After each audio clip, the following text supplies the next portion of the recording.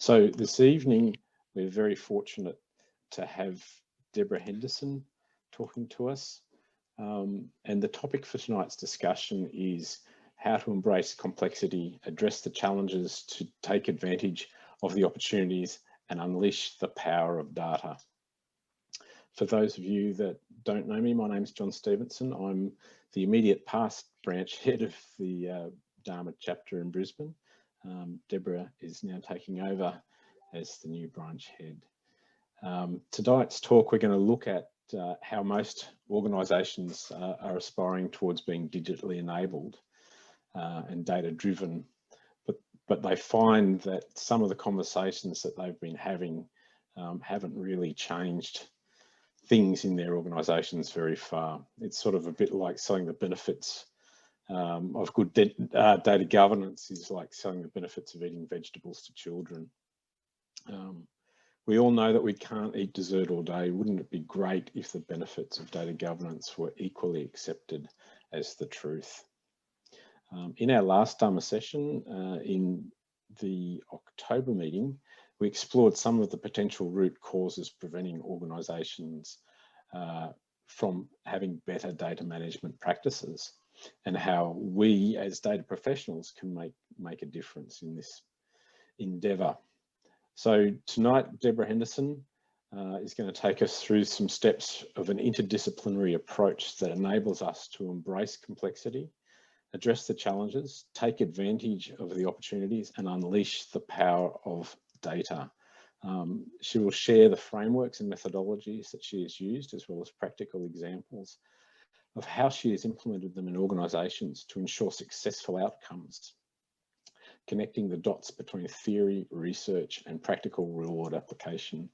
Deborah also incorporates the cultural elements required to support and execute strategy. For those of you that aren't familiar with Deborah, Deborah is currently the CEO of BitQ Services, which is an award-winning data and analytics consulting company here in Brisbane. And they have a clear goal, making data useful and enabling valuable insights for a better future. Deborah's career spans 25 years in the ICT industry. She has worked with organisations at varying levels of data maturity, both locally and internationally, in complex corporate environments and leading business intelligence practices in global consulting companies. Her unique point of view is based on experiences with organisations that include Woolworths, QUT, Accenture and Avanade. Deborah holds an extensive list of qualifications, including an executive MBA, a Bachelor of Science in Computer Science and Information Systems, and has completed a masterclass in transformation and complex change. So without much further ado, I'd like to hand over to Deborah Henderson, who's our speaker for this evening. Thanks very much, John, and thanks for that comprehensive introduction. I think we, based on the session we had last month, we did talk about a number of the challenges that we faced and some things that we need to do or need to stop doing to make a difference. And so I thought it would be quite relevant to show you this presentation that I've really brought together from, as John mentioned, a number of different disciplines underpinned by learnings in the executive MBA and also in my experience working with organisations. So I'm going to share my screen. Let's just see, we'll kick off. I'm happy to take questions also as we go, so just stop me if you do want to interject with anything, and I'll pause every now and again and just make sure everyone's still with me. Yeah, if you use the Q&A feature that you'll see in your toolbar, that way we'll be able to pick up the questions. So in this format of Zoom, the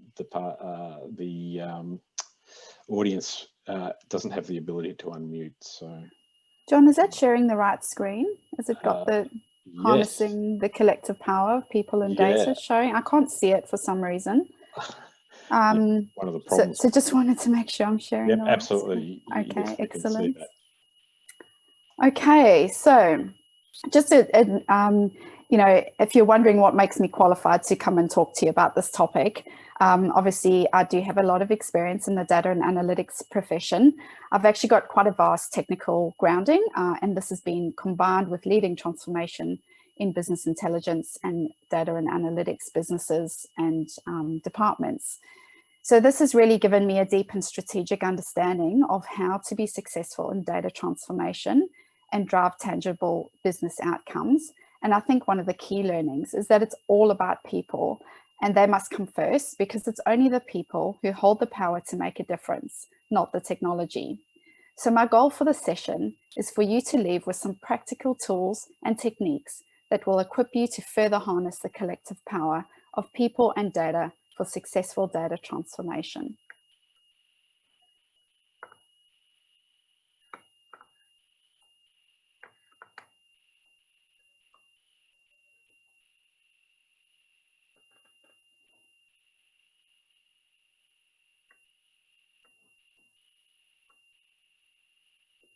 So using some novel approaches, I'm going to demonstrate how we navigate complexity to ensure successful data-driven outcomes. So what I've found in my career is that moving from a technical realm where things are complicated and into that complex realm where we start to deal with different types of problems and problems that are not solvable, and dealing more with the transformation space, we realize that it's more of a process and not an event. So I'm going to talk about a bit how to navigate that complexity. And I'm going to take you on a bit of a journey, giving you some practical frameworks that can be used, that can make an impact on your organization through data transformation.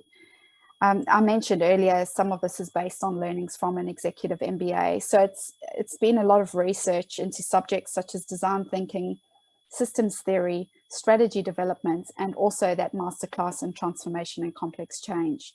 I've combined these theories, and I've combined that also with my experience, and I'll also show you how to apply these theories to practical real-world examples.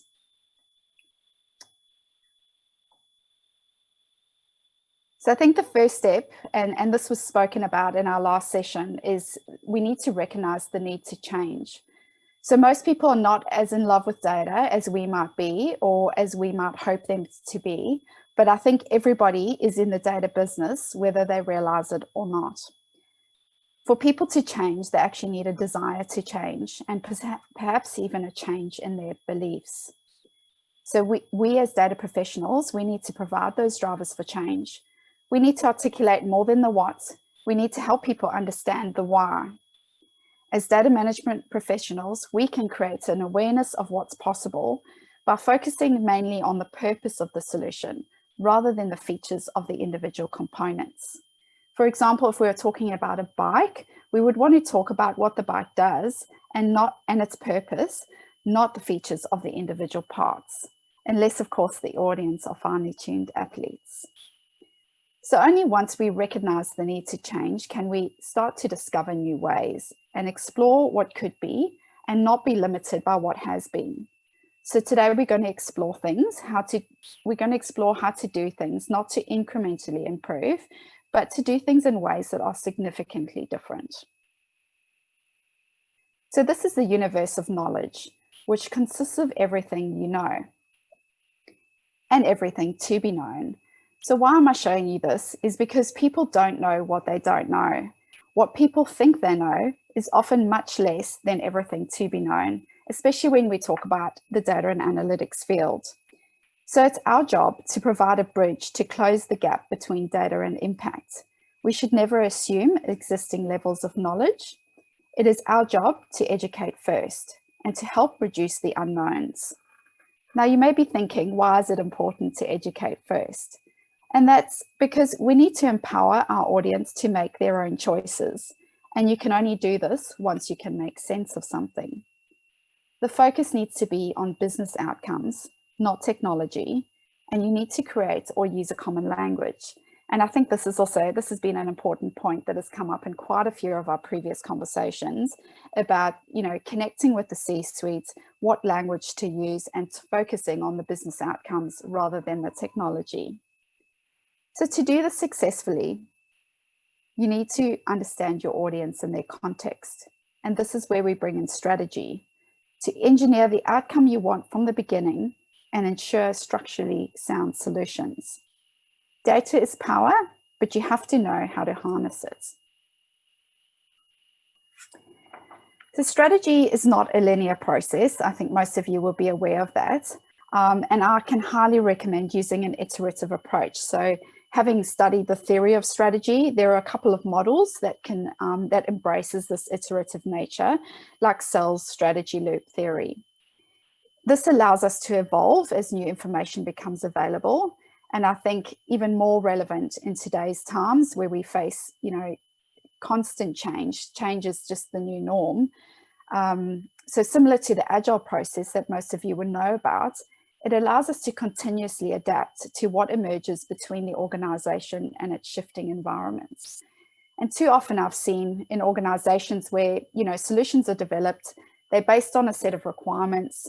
When those requirements change or when people see the solution and they now want to refine that or make some more changes, they're treated as if, oh, this is, a scope change and this was not part of the original requirements, and they're made to feel inadequate and that they, causing stress on the development team because, they're trying to make some improvements. So I think instead of those traditional methods, we need to actually work with that and embrace that, because people, they don't know what they don't know. And when they see something, they often sparks more ideas.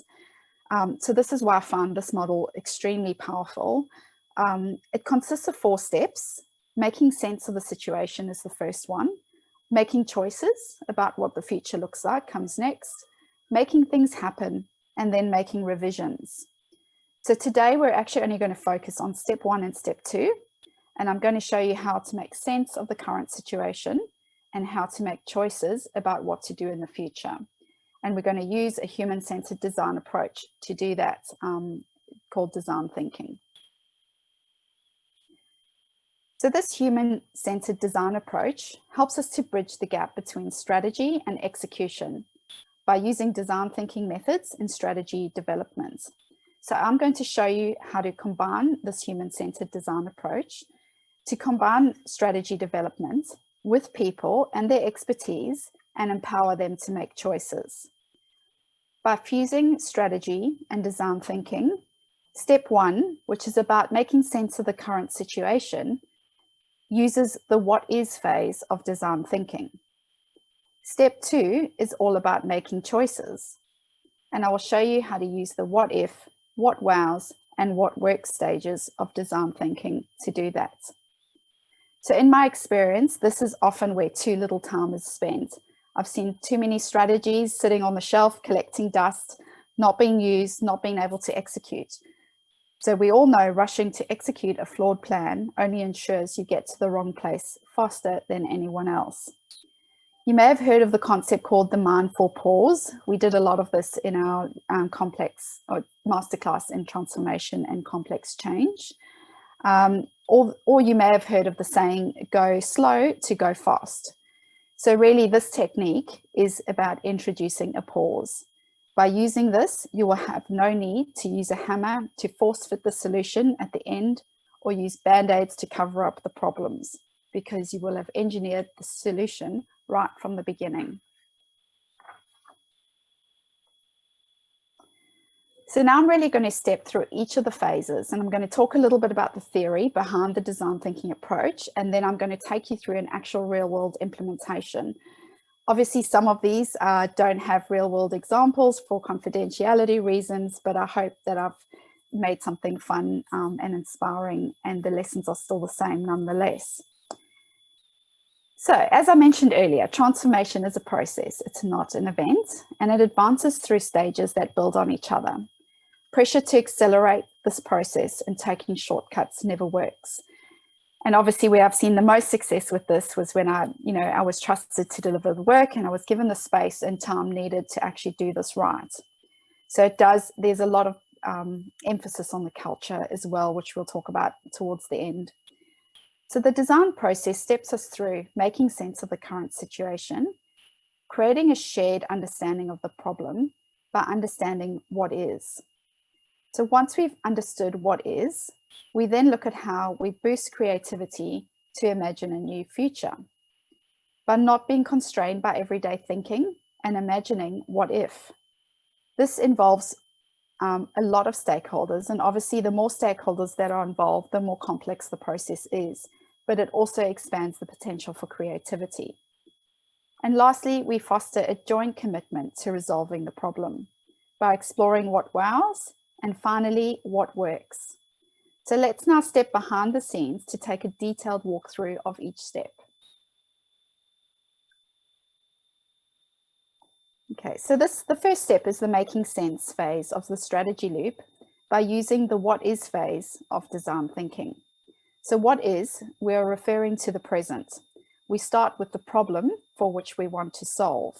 And now too often this creative thinking process actually starts with brainstorming solutions, but the human-centered approach starts with the present and not the future. It prevents us from rushing forward to solutions and making sure that we understand the problem first. We need to understand what is happening now and what is the current reality for our end users, our customers, or our stakeholders. Without those insights, imagination starves because understanding others' perspectives drives greater collaboration, trust, and buy-in. So how do we understand the current state? First, we need to gather a variety of opinions from across the organization. Having multiple perspectives gives us a holistic view to understand the world we operate in. So in one of the previous organizations I worked in the role of a chief data officer, we used an extensive qualitative process to determine the shared priorities. So for example, we actually ran over 20 workshops and interviews across 14 different functional areas, engaging representatives from across the organization. In these workshops, we did use a maturity model to evaluate the current state and our desired future state across 7 key dimensions in the data and analytics environment.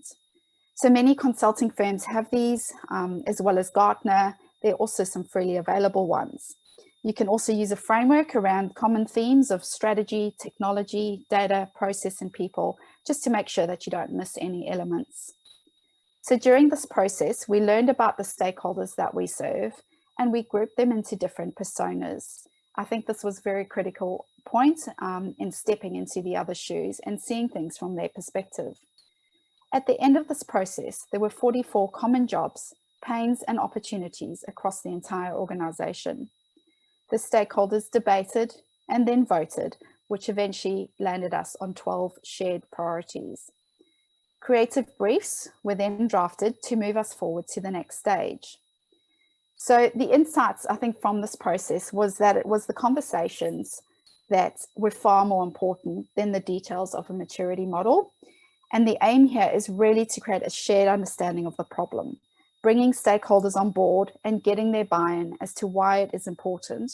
And I just want to emphasize that if you don't take the time to do this upfront, you will face blockers at every stage hereafter. And I've experienced this firsthand. So as we move to the what if stage, we build on the present and we start imagining the new future.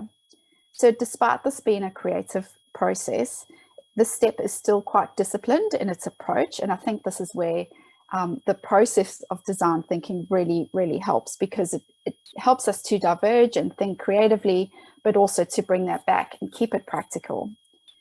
It helps us push beyond the boundaries to arrive at robust concepts that can then be evaluated, prototyped, and then if they pass the next stage, the what works stage, they can be further developed.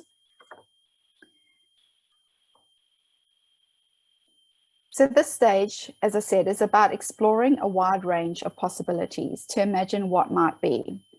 So this step is divergent in its approach, and the idea is to generate as many ideas as possible.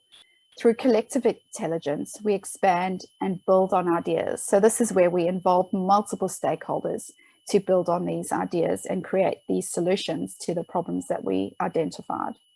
So this is no everyday brainstorming. Here we employ clever mental models and tricks to break through those barriers, such as best in the world, worst idea. We then moved on to napkin pitches and developing concepts, and absolutely no judging is allowed. So I think here the criticality of having a great facilitator is really important. You know, at first this process can feel a bit overwhelming, especially for the more analytical and technically minded of us who, you know, don't really like drawing pictures on sticky notes and yeah, working through all this process. So I can assure you, though, at the end of, we had a full day where we went through this process, and I'll talk you through what it looked like. But at the end of the day, the feedback was just absolutely amazing. We had great buy-in as to what the solutions were going to be. People felt included, they felt part of the process, they were part of bringing the solution to life. So this day involved, as I said, we had a full day ideation workshop, and we had 24 data and analytics experts from right across the organization. The day involved generating ideas and solutions, and we started off with those creative briefs that were drafted at the end of the previous phase, and we evolved those by looking at ways to create new products, services, and experiences for the organization right across data, reporting, and analytics. We ended up having 4 teams of 6. We had 3 creative briefs per team, and we had generated a total of 641 ideas before lunchtime. I don't think anyone knew that was possible when we started. Then we converged, and then we voted on what ideas were most likely to succeed, most likely to delight, and most likely to deliver breakthrough for the audience. From that, we created 24 idea canvases, and one final step saw us combine those 24 idea canvases into 12 concept boards, which we all pitched to the other teams at the end of the day. Then we move on. Our what wows helps our teams to focus on the solutions that stand out. So I think we all know we don't need more solutions, and we need more relevant solutions.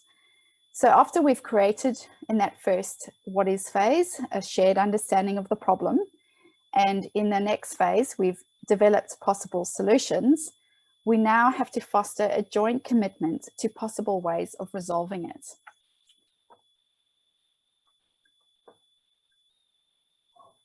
So we find inspiration in all sorts of places, but in all seriousness, your solutions are going to need a superhero component to them if they are going to stand out, especially when you're pitching this to the C-suite.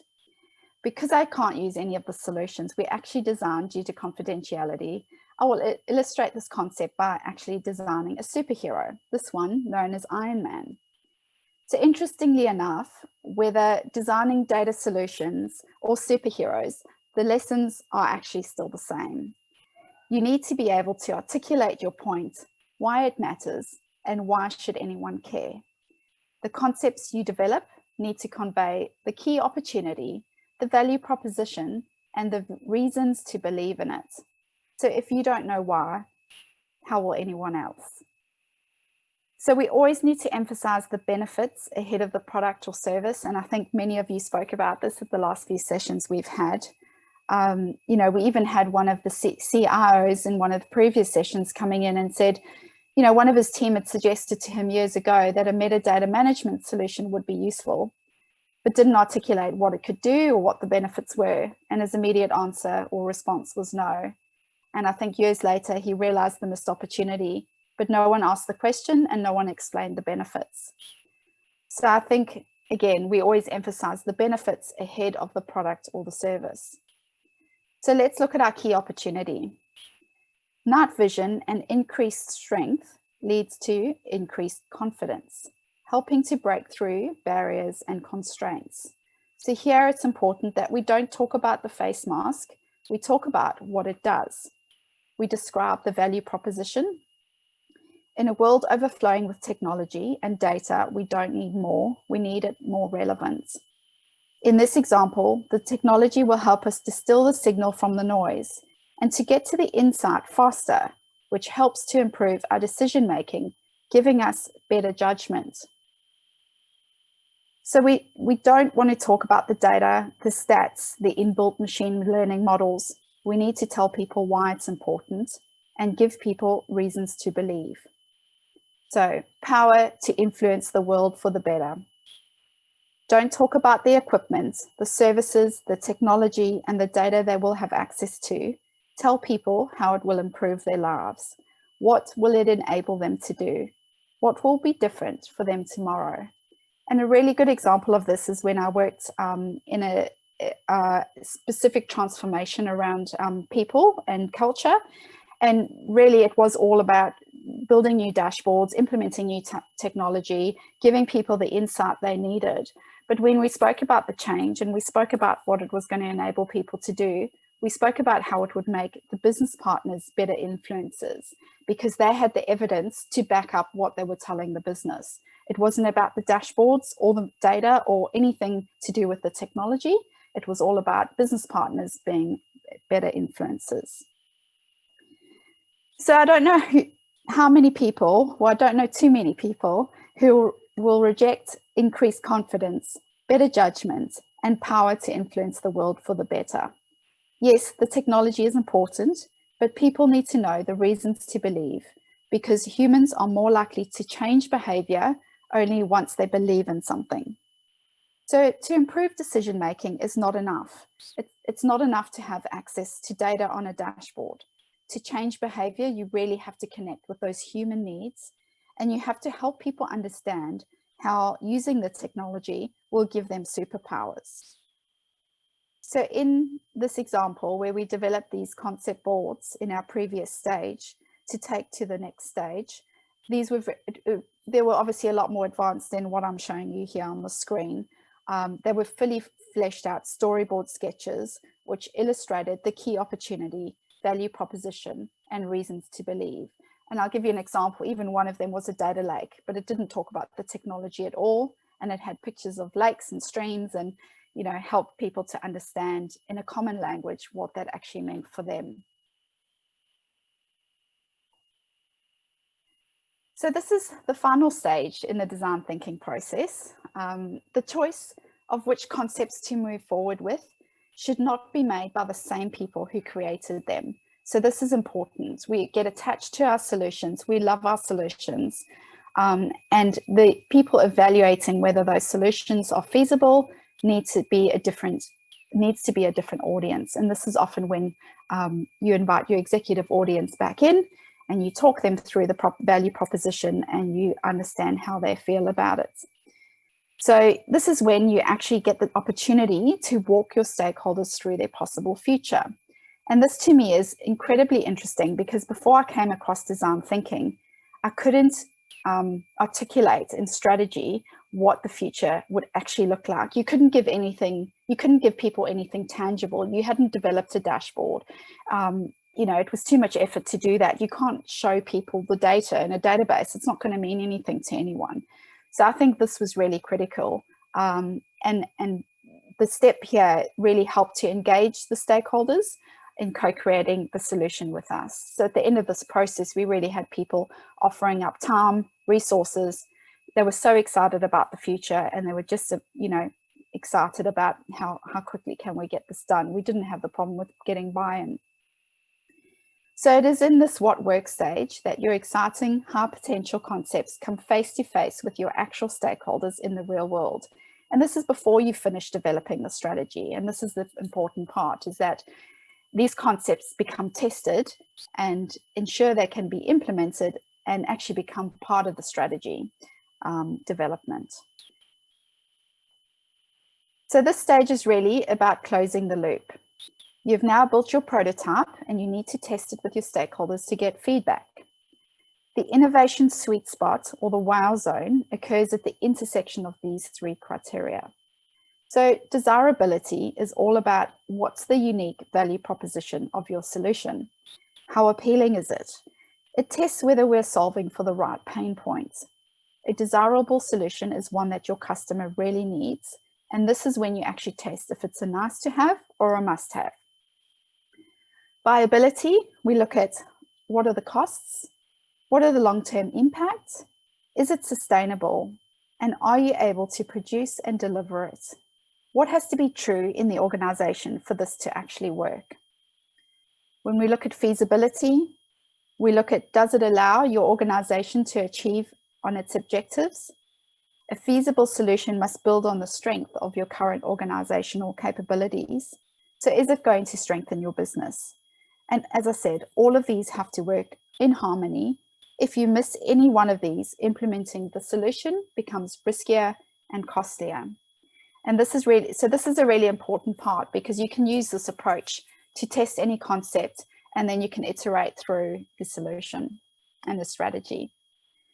So at one of the previous organizations, we took these visualized storyboards into a focus group scenario, and we actually tested this with, we had 2 user groups, and we had that led by a qualitative researcher, and the stakeholders were invited to rank the concepts of how appealing they were, how practical they were, and how relevant they appeared.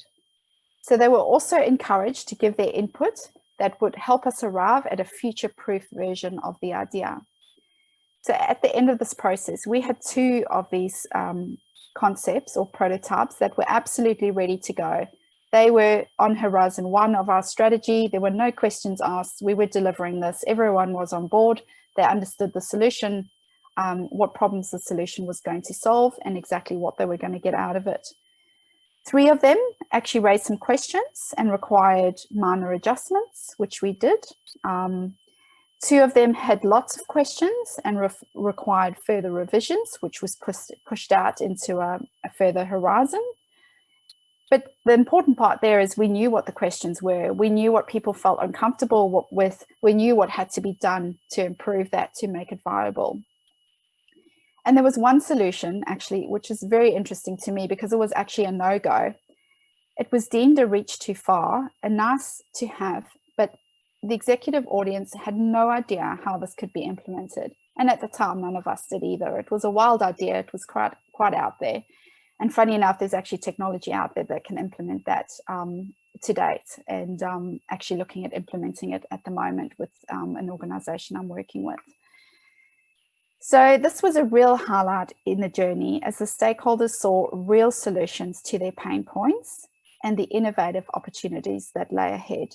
They were highly engaged and excited in co-creating the solution with us. So again, I just want to emphasize that iteration is your friend.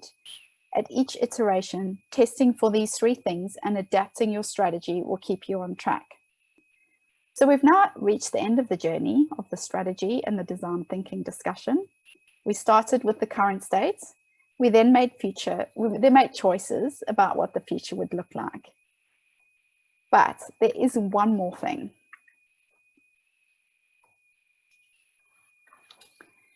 Most of you will be aware of Simon Sinek's Golden Circle and will have noticed that I've incorporated some of his concepts today. So starting with the story of designing the solution right from the start, rather than having to use hammers to force fit the solution at the end, or band-aids to cover up the problems. I've shown you the what, and I've shown you the how, but the most important part is the why. Why should anyone care? So I just want to reiterate that to change people's behavior, you need to inspire them. And it's the why that speaks directly to the part of the brain that drives emotions, behavior, and actually decision-making. So we've got to understand our why, and we've got to be able to communicate that to others. And this is where your vision statement comes in. It tells others why you exist, what you want to achieve, and this is unique to you. So I can't tell you what that vision statement is going to be. It's been different in every organization I've worked for, but it's a very important component. So as you can see, I enjoy using quotes. So I'll leave you with one final quote for today. People don't buy what you do, they buy why you do it. This is not only relevant to people who are selling products to customers. We are all actually selling every day. We're selling our concepts, we're selling our ideas, our proposals for change to achieve better outcomes. So if you haven't seen the Simon Sinek TED Talk on the Golden Circle, please do yourself a favor and actually go and watch it. I've watched it so many times, and every time you do, you get a new take on things. So I've led large transformation programs in data and analytics in the private and public sector, all included the use of technology to drive better outcomes. Through all of this, I've recognized that closing the gap from data to impact is all about people and actually least about technology. And that's when I decided to do the masterclass in transformation and change. So I want to share with you a 2-minute video that summarizes my learnings on what I believe as agents of transformation, what I believe is the most important thing as agents of transformation to enable sustainable change. No matter how great your strategy is, if you don't have the culture or the people to execute it, it will be a failure. So this video uses some metaphors to communicate. It addresses the mindset required to be a true agent of transformation and incorporates the cultural elements required to support and execute strategy. They say that if a picture is worth 1,000 words, then a metaphor is worth 1,000 pictures. So I will play that video now.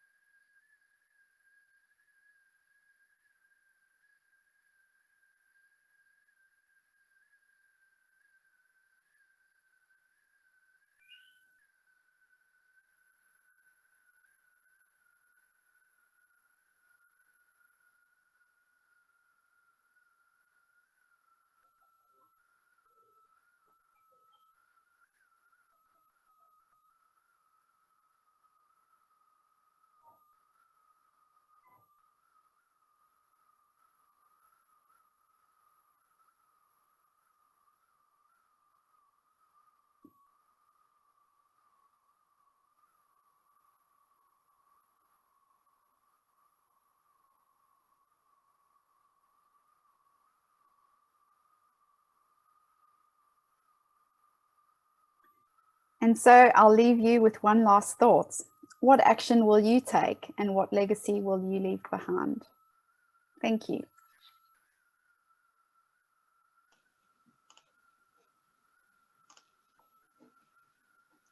Thank you very much, Debbie. What a fantastic talk. Just so much in it. It's very inspiring, and I think the call to action there is very clear that we are agents of change, and that as data professionals we need to take up that challenge and really come to the forefront. And it's often very challenging because it's a story, as you quite pointed out, that people don't really want to hear. They just want to spend the money on the technology, but we've got to take the discussion away from that. And, absolutely. Great summary, John. You know, the desirability, the viability and the feasibility, they're all really important parts. But the thing that got me about that 641 new ideas before lunch, come on. Absolutely, there were. You'll have to ask some of my previous team to attest to that. It's fantastic. So now we'll take questions from the audience. Does anyone have any questions for Deborah? There's the Q&A box. If you've got a question, just pop in there.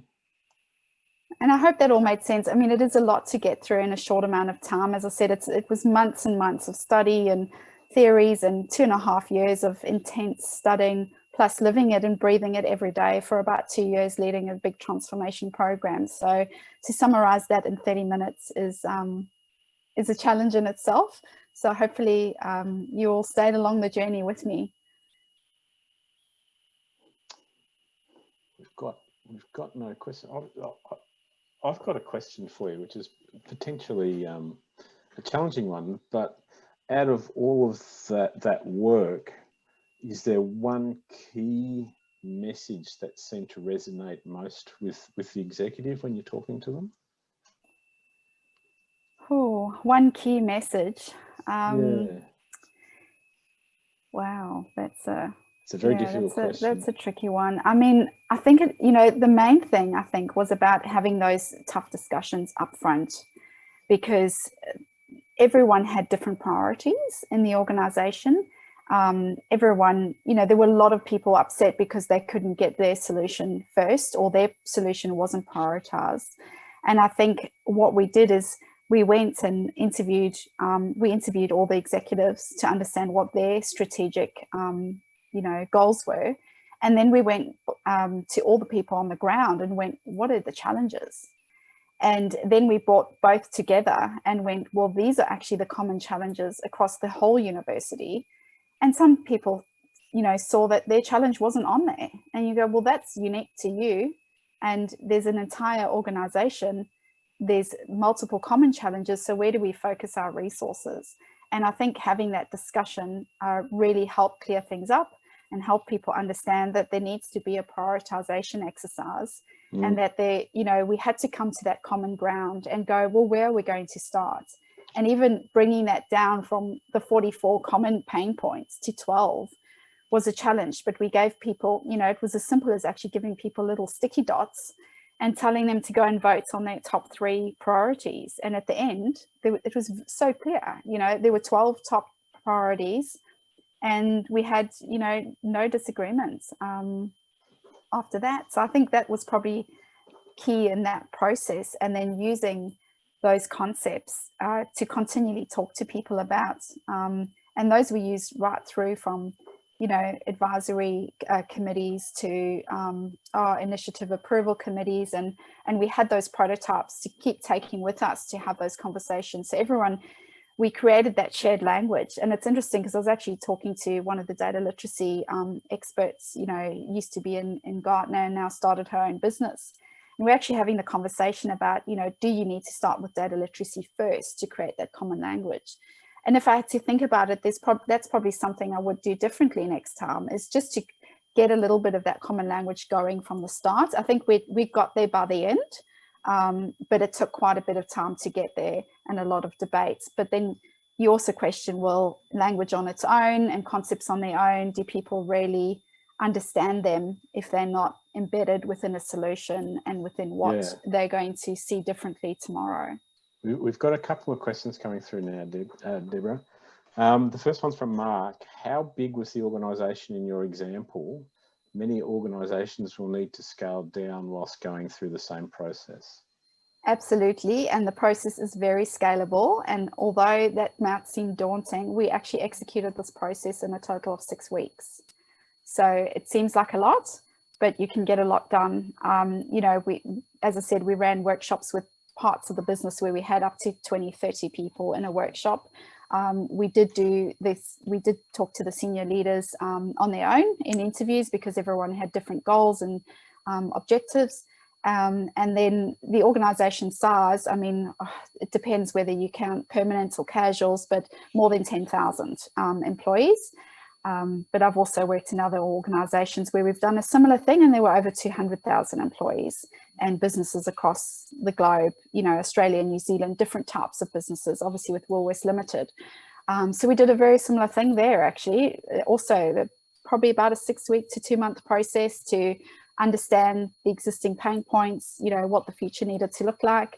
So I think it is scalable. I'm working in an organisation now with 200 people, so very different. There, all we needed was 1 workshop, so that was great. So you can scale it according to the organisational size. It just takes time, doesn't it? Yes. It's getting across all the stakeholders. Heather's asked a question: what solutions were ultimately agreed on, implemented? So funny enough, in this process, the first solution, the one that no one had any debate with, was self-service reporting. So ability to have access to be able to change reports and dashboards and bring in new data. So equipping people with the tools and the data. So that resulted in an actual product roadmap of delivering data as a service or analytics as a service, depending on what people needed. So yeah, that was the first one. And that was interesting in itself, because everyone had different interpretations of what self-service reporting meant. Some actually thought it just meant, you know, slicing and dicing. So you get a fully fledged dashboard with everything on it and you just slice and dice. Others were, give us the data, we'll build our own. So we had to arrive at that common understanding first. The other top one was data quality. I think that's often a top, always the top, yes, which initiated, following this work, we initiated quite a large restructure of our departments, bringing in a lot of new capabilities, and that was actually one of the precursors to actually bringing in a data governance department, which the organisation actually didn't have before. So yeah. Excuse me if I get your name wrong, but Madani, I think, has asked a question.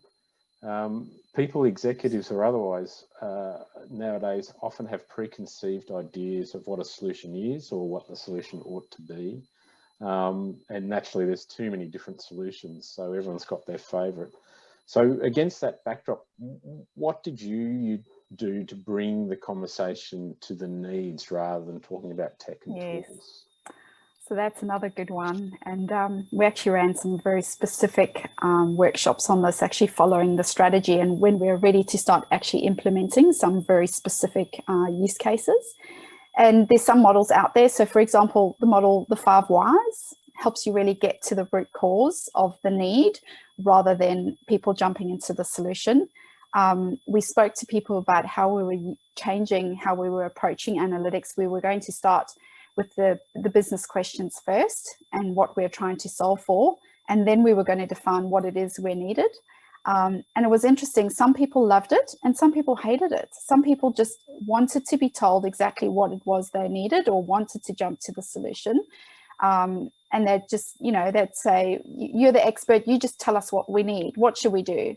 So they had to be brought along that journey. And I think the only way to do that is by demonstrating it. So for example, we had someone in one of those sessions say, all I need is a dashboard. Just give me a dashboard and put some data on it. And that's all I need. And we eventually got to the, well, why do you need that? And an example was because we needed to notify customers of a certain threshold that had been exceeded or a certain milestone that hadn't been reached. And what we found is that at the end of that process, it wasn't a dashboard they needed at all. We actually designed an augmented analytics solution, which delivered which could deliver notifications directly to the customer based on thresholds being exceeded. And there was no need for a dashboard. And we removed the human from the loop in that case where you could, you know, and where you couldn't, then obviously that would go through to a second tier of triage. But I think that's just one example of, you know, really getting to the understanding of, well, what are you going to do when you have that dashboard? Why do you need it? Oh, because I want to evaluate, you know, something, and then what are you actually going to do? So what is another one which was really good is, what action are you going to take when you have that data? And then oftentimes you'll find, oh, actually that's not the data I need. I actually need some other type of data. So I think it's really important to have that conversation with people up front. And I won't say it's easy, because a lot of people even get offended. You know, they say, well, you're the analytics person. Why are you asking me anything about my business? I know my business. I know what I need. So I think we can just demonstrate that we're there to help, talk through some examples, and really just be there to partner with them to help them design the best solution for their needs. Sometimes it's hard to get over that initial defensiveness, but once you get there, we're all in this together, right? Yes, and I think that's the thing, those quick wins, you found those champions. That's what we did. We found a couple of champions in the organisation, the number of organisations I've worked for, built those success stories and then continued from there. And what we found is people who didn't want to be included in the beginning were actually quite upset at the end when they hadn't been included. So we got people saying, don't include us, we're not interested.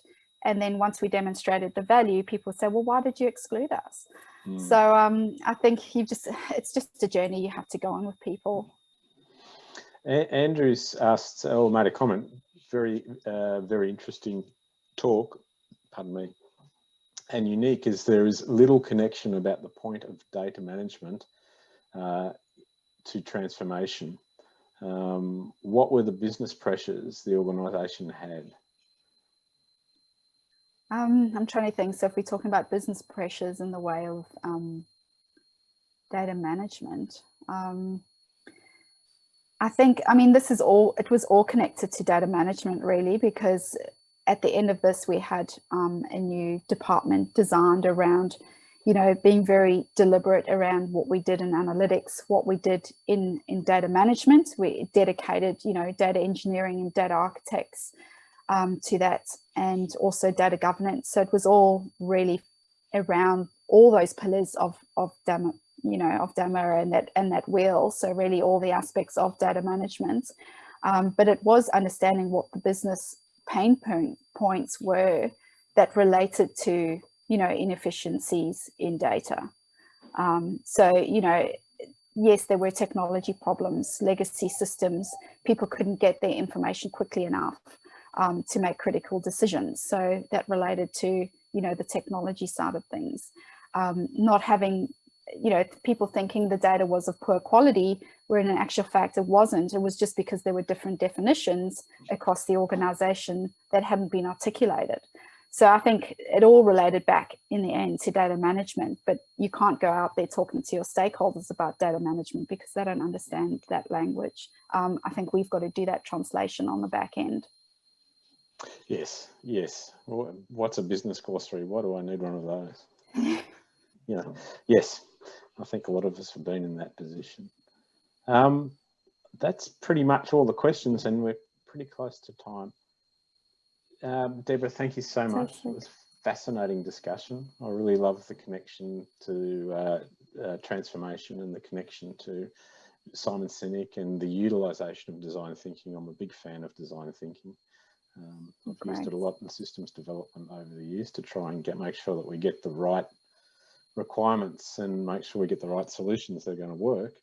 And you've used it in this instance, and I think very, very well. So thank you so much for your time. Thank you for the presentation, and hope to see you soon. Thanks, John, and thanks everyone for sitting through it. Have a good evening. Bye-bye. Okay, bye. Thank you so much for attending.